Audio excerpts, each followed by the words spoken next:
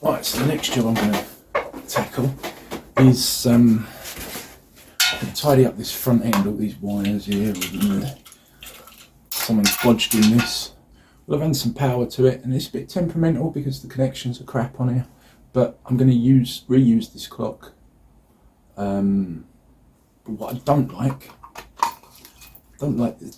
this rusty old mounting plate, and then it has to bolt onto the bit that the original clocks were on. So what I'm going to do is I'm going to see if I can cut this down and remount the ignition here, and see if I can drill the holes for this into this plate, so I'm only using one bit of metal, and that can go in the scrap pile. Just makes it look a bit tidier in the end. And that's all I want. I just want to tidy this bike up. Don't want to spend a fortune on it. Then what we'll do is we're gonna go down to the lockup where I keep all the odds and sods I've got left from motorbikes left. I'm going to see if I can find a headlight, see if I can find 2 indicators that work. It's got indicators on the back, so I'm going to see if I can find 2 front ones. We can see if we can get that wired up and go from there. And then during that, I'm going to try and sort out the earth issues it's got and various things. So it's going to be a mainly electrical project now. So let's crack on. Right, so I've been down the garage and had a little nose about, and I've come up with some bits. Oops, if they don't all smash first. So we've got some indicators and a light off Suzuki HN125. There's the light loom, and somewhere there's another bracket. There we go. I've got some handlebar controls that come with my VFR 750 that definitely aren't going to go on it, and also found those that I ordered online, didn't like the colour of, so they never got used. So I'm thinking with that I should be able to pretty much get the front end back together and do away with all that I cut off. We've got some work to do. Let's go.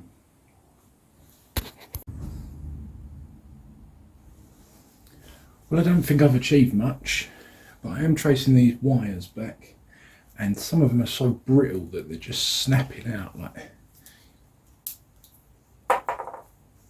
So there's lots to be changed out. I'm kind of finding some brittle and breaks, but I found all these wires here are pretty much just for that gear selector display, sorry. So because I haven't got a mounting space for that now, I'm thinking of tracing them back and cutting them out because I don't need that.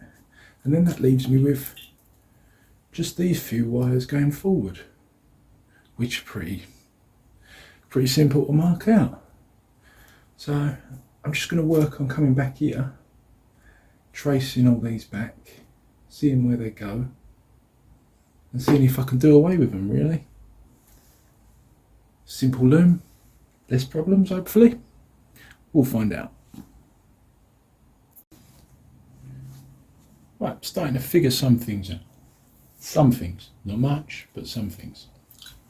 So I've got this loom that the gear selector was in, and it has one wire here, this like light blue and red, that runs off, and it goes a different route through the loom, and it goes to this little, let's move that, there's a little diode here, can you see that? Can you see that? Where is your hand? Right, so it's there.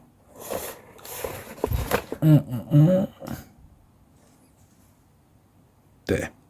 So it goes to this little Feng diode here, which comes back round and comes into the green and red wire coming out here.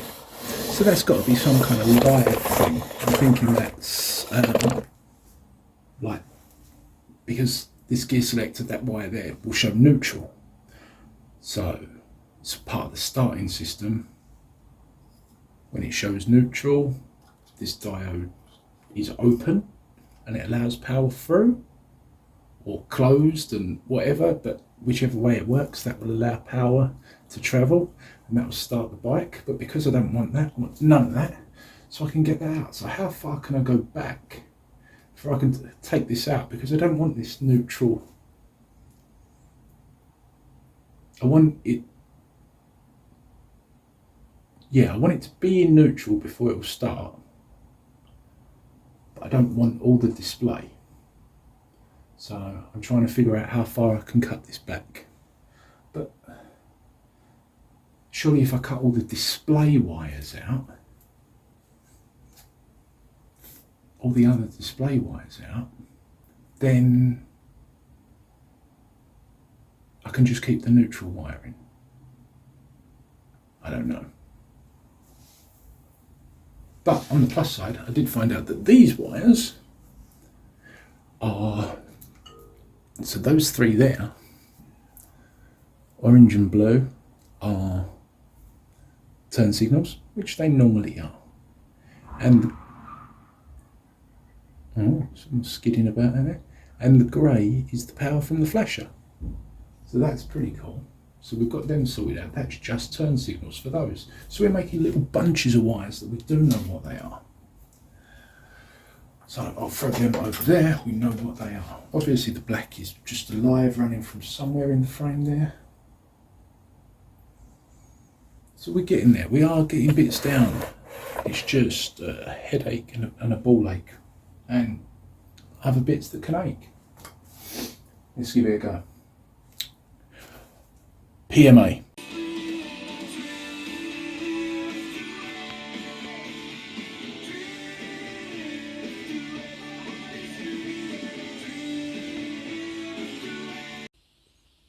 Welcome back. So I got to get a bit carried away with cleaning up the bike. As you can see there, the more I took off, the more rust I found, and it was just dirty. So I decided I'm going to have to strip parts of the frame back and repaint them black. Particularly bad down there, so that's going to need a bit of work. The wiring's a bit all over the place. So I decided to drop the engine out. That's over here. But when I dropped the engine out, I hadn't noticed it before, but someone's done a really dodgy weld up of one of the exhaust ports there. So I wasn't happy with that. And then when I took the other one off, the stud broke and it was just generally a nightmare. So I decided that I would try and find another head, like cylinder head for it, but that proved a bit difficult. So I'll show you what I've done. Yeah, so as I said, finding a replacement head, cylinder head, was bloody expensive. And what I ended up doing was buying these two bits here. It was going to cost me 80 quid for a new cylinder head, which I just thought was ridiculous. So I ended up buying the 150cc upgrade kit. Comes with all the bits there, shiny new. That's in that box. I've got a piston and that there, and a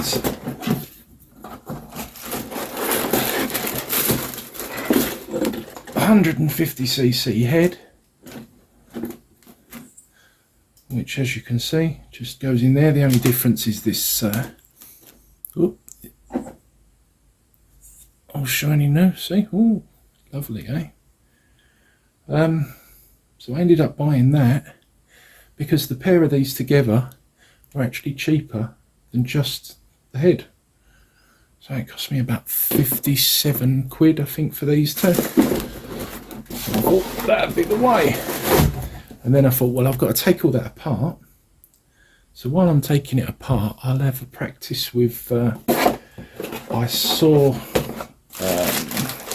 my brother did a bike and he did it with textured heat paint. So I thought, well, while I've got the bike apart, I'll have a play with a textured heat paint. So that's kind of where we are. I've got a bit carried away with taking the engine apart and not filming it.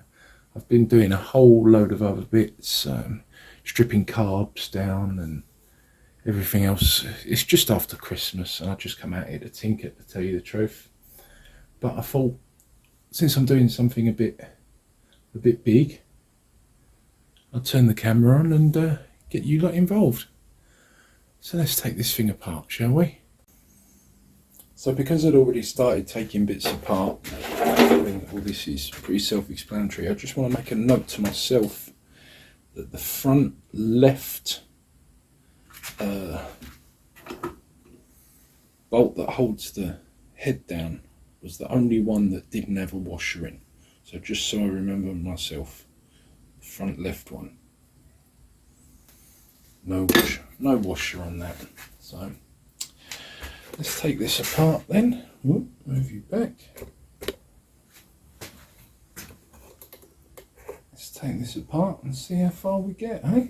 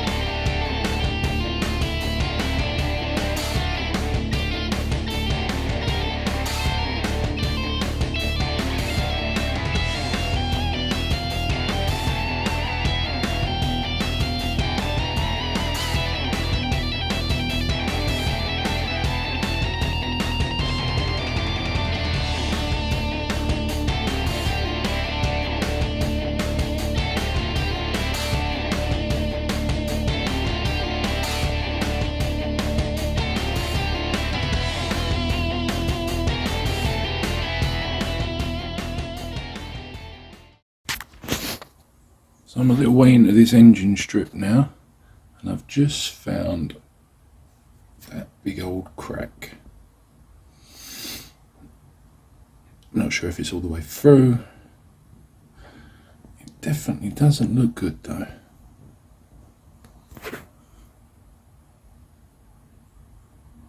So we'll get further down into the engine and see if that goes all the way through and what can be done. But this engine might be a write-off.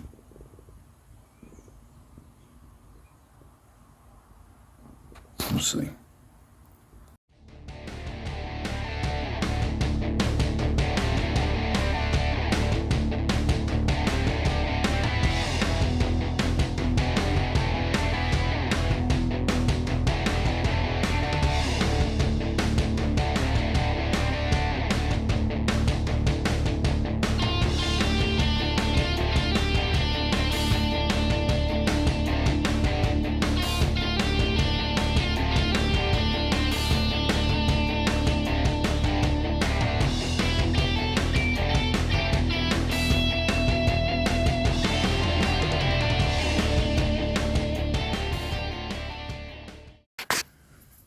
Well, it looks unfortunately like things are going to come to an end for this bike. Been stripping it down, been working on the engine, and when I started taking it apart I noticed this crack. It goes all the way up to the bearing there, all the way down, all the way up here. There's also a crack there. And then when you turn it over, you can see it's there as well, all the way across there, up, down here. And that case is pretty much scrap metal.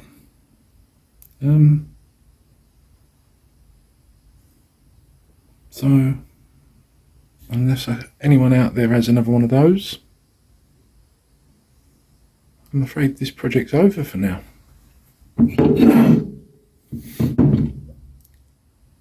It did run, but I'm just not happy with putting it back together with that big old crack there. Look at that.